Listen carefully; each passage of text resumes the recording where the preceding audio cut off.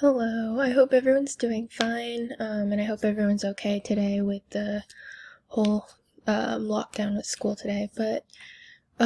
So let's see. For this week's discussion, we are looking at chapters 7 and 8. I was able to pick out some questions that I thought could open a new perspective for me, and also be able to make it connect with a personal experience that I've had in the past or that I'm presently dealing with.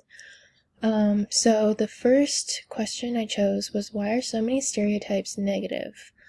I think from what I've read in this chapter that stereotypes can be negative for a number of reasons, but mainly it's because you're assuming someone is part of a group, and you are categorizing them without the background knowledge that you would need to know about them. A lot of it's based off of assumptions and not facts.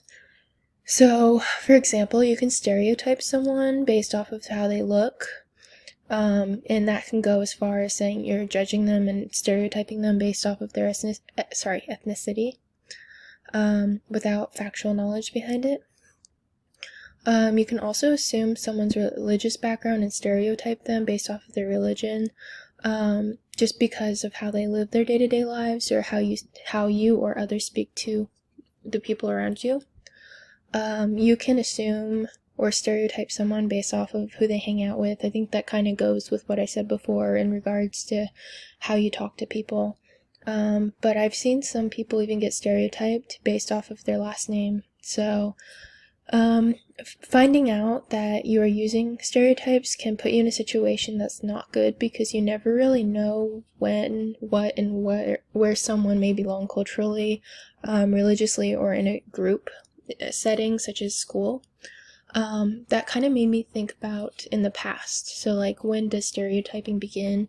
For me, when I first learned about stereotyping, it was in middle school when you walk into the cafeteria and you see all these different groups of people sitting together, and it made sense that they were sitting together. Like, you had the theater kids sitting together, and you had the band kids sitting together.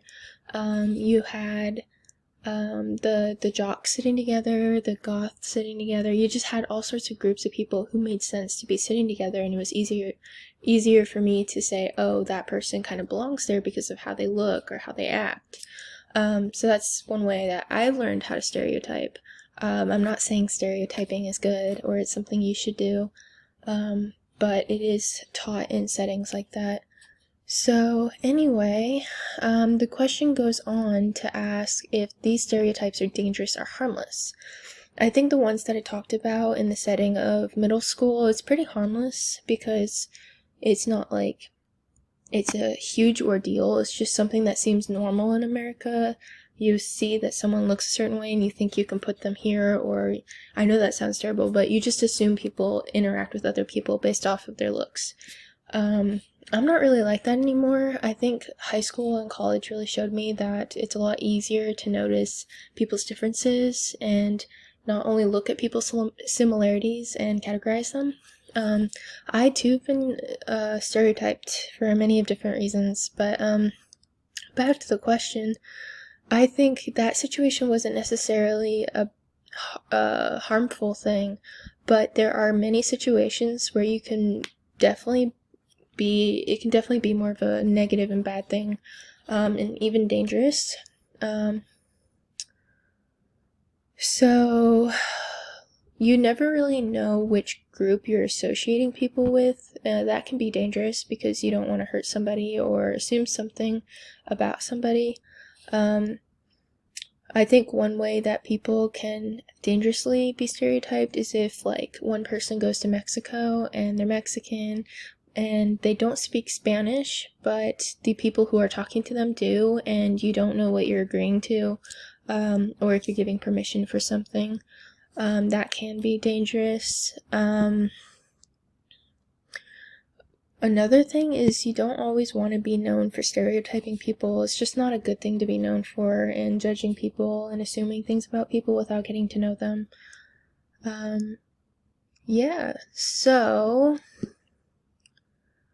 the last question that's asked in this part of the first question I chose is, what impact do stereotypes have on your life? The next part of chapter 7 kind of talks about that. So I notice stereotypes and stereotyping people when it comes to my own Mexican family, because they always assume I know Spanish. Every time I see them, they expect that I've learned Spanish in the time that I haven't seen them.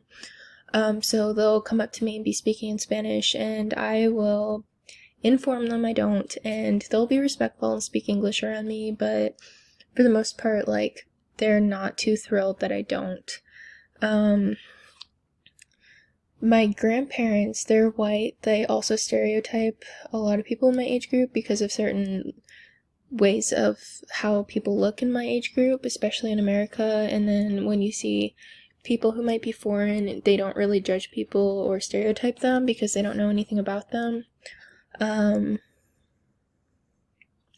One person that's really impacted me as far as really noticing stereotypes is my friend from high school. She was one of the only African American girls in my school, and everyone would be kind of mean to her or use racial slurs with her, and would assume things that were not exactly kind. Like, they would assume she would steal stuff and so on. That wasn't a great thing to always be around for her, and that was really hard to see. I'd always stand up for her, of course, but you really notice it when there's a big cultural difference. She was actually adopted by 2 parents who were white, so she was always annoyed by that. But yes, I did feel bad for her in that situation. I think people could do a lot better about assuming things about other people and stereotyping them by doing something as simple as just asking questions about somebody instead of assuming something about that individual. I also think that people need to stop being closed-minded about things they don't understand and start educating themselves in a kind way. I mean that, of course, about other people's culture. I think that's a good way that could help ourselves in those situations. As far as chapter 8 goes, it asks, which approach to conflict do you usually use? I'd have to say I typically, depending on the situation, have a very different way of handling conflict. For example, if a friend came up to me and was pretty rude to me the whole time, I'd tell them that I'm here if they need anything and ask them if they're okay or need to talk to me, because usually I know more times than not that if they're taking something out on you, it's not something that you usually did.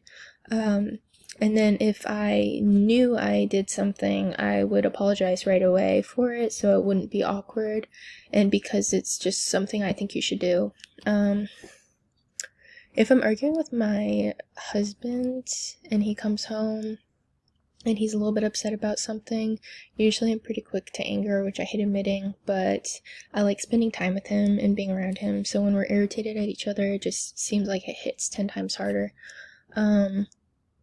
But the only time I really avoid conflict, I think, is with my parent-in-laws, mainly because it's just awkward. You know, you're not actually their kid, but they are kind of like your role models, at least you want them to be.